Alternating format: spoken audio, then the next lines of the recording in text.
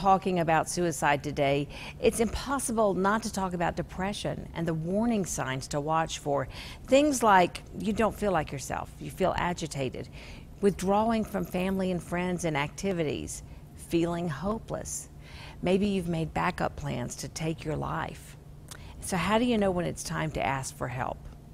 Are you eating or sleeping too much, isolating yourself? Do you feel numb, like nothing matters? Do you think the world would be better off without you in it? Have you started taking drugs? These are all really important questions, and the folks with me right now certainly know what it means to look out for those signs. We have Lindsay Marr with us right here and Juliana Taylor. They're both involved with the Out of the Darkness walk over in Aiken, South Carolina. Lindsay's father was Sergeant Greg Marr, who died a real hero in Richmond County, saving someone in the Zytec building, yes. Right. Yeah, February 5th, went to go save a woman, walked into the Zytec building, and succumbed to nitrogen gas. That's right. That's right. The gas. And just months before he died. Months before he died, I think about 11 months specifically, my sister took her life. So you had a lot to deal with in 1 year. I did. And that's what led you to the Out of the Darkness walk. Tell me how that happened. So one day I was just sitting in bed, all in my feelings, thinking about what else I could have done for Erin. Because I talked to Erin minutes before she killed herself. I was walking into work, I was a nurse, and she's like, don't let me go, don't let me go. I said, give me just 1 second, I'll call you right back. I have to get report, I'll call you right back. A couple hours later, I got the phone call that she had killed herself. And you think, what can you do? What can you do? What else can you do? I mean, we've been to many treatment centers, many rehab centers, many of inpatient and outpatient for depression and drugs and everything else. And that's what brought me to it. I was pondering on what else I could do. And since I couldn't help her, I was going to help the community. And so. You said something when we first met that struck me. You said it was almost like this was the inevitable. I mean, you knew this was going to be. I knew. What happened? I did know. With working with Erin and being around her, she was my sister. I loved her. She was a beautiful person and full of light, but at the same time, there was such a darkness. She once told me that I will never be able to live in her brain. I would never survive it. So that just made me know that we were running out of resources. We were doing anything. And inside, I knew that the way she was going to pass was on her own doing. Juliana, you've experienced this also with your dad. Yeah, it was a long time ago. It was over 20 years ago now that my dad died by suicide. He was, unfortunately, before him was his cousin and his cousin's father, and after him was my cousin, all on my dad's side. There certainly seems to be like some, genetic hereditary link to this, and the research bears that out. But I also lost a friend fairly recently to suicide, and his story was a lot like Lindsay's sister, because he had been really struggling for a very long time. And it feels like some of the stories that you hear about people who have taken their lives are like Lindsay said, they almost feel kind of inevitable. And then others, you could have, you could have helped. You could have helped that person. You could have maybe done something to help them get help. And we struggle with both of those in the Out of the Darkness walk.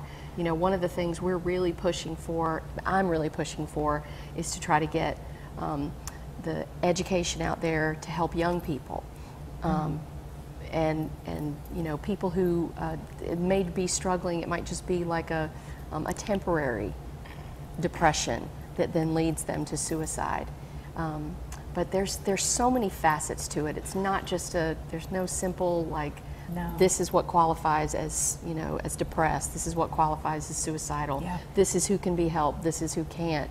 And one of the best things about the walk that Lindsay and I are part of is that we're just trying to provide a support system for people who have been there in some way. because everybody does struggle in a different way. And as we said, the walk has already happened this year, but they're still taking donations through the end of the year. Any advice to folks who are dealing with that empty place at the table?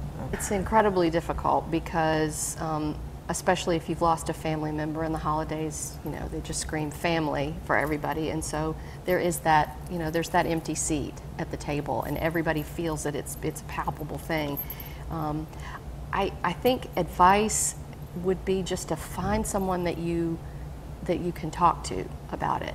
And one of the things that I'm so grateful for you doing this show, one of the reasons I'm so grateful for you doing this show is because the whole like idea behind Out of the Darkness is we don't want people to be hiding anymore. And there are so many people who die by suicide that no one talks about it. And that does a disservice to everybody else that is suffering after them.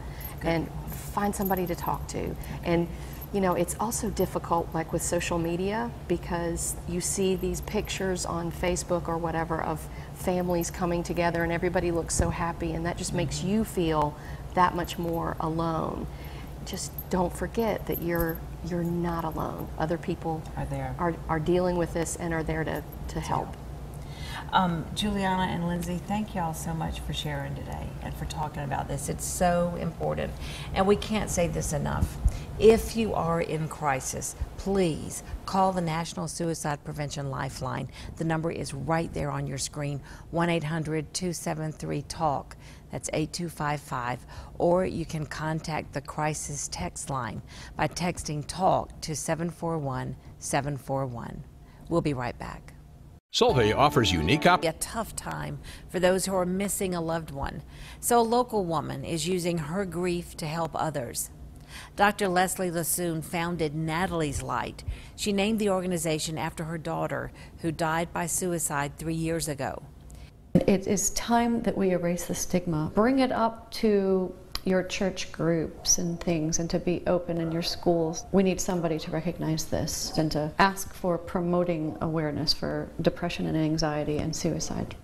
If you are in crisis, please call the National Suicide Prevention Lifeline or text line TALK to 741-741. Someone is available 24 hours a day, 7 days a week, 365 days a year. And that is all the time we have today. Thanks again to my guests Terry Lee, Juliana Taylor, and Lindsay Marr for sharing their very personal stories. If you are grieving, there is help. NAMI Augusta meets the second Thursday of the month at 6 p.m. at Reed Memorial Presbyterian Church on Walton Way. You'll find more information on their website, namiaugusta.org. Have a peaceful afternoon. Hug your loved ones. And remember, everyone has a story to tell. You'll take the time to listen. I'll see you again next Tuesday at 12:30. For Jennie.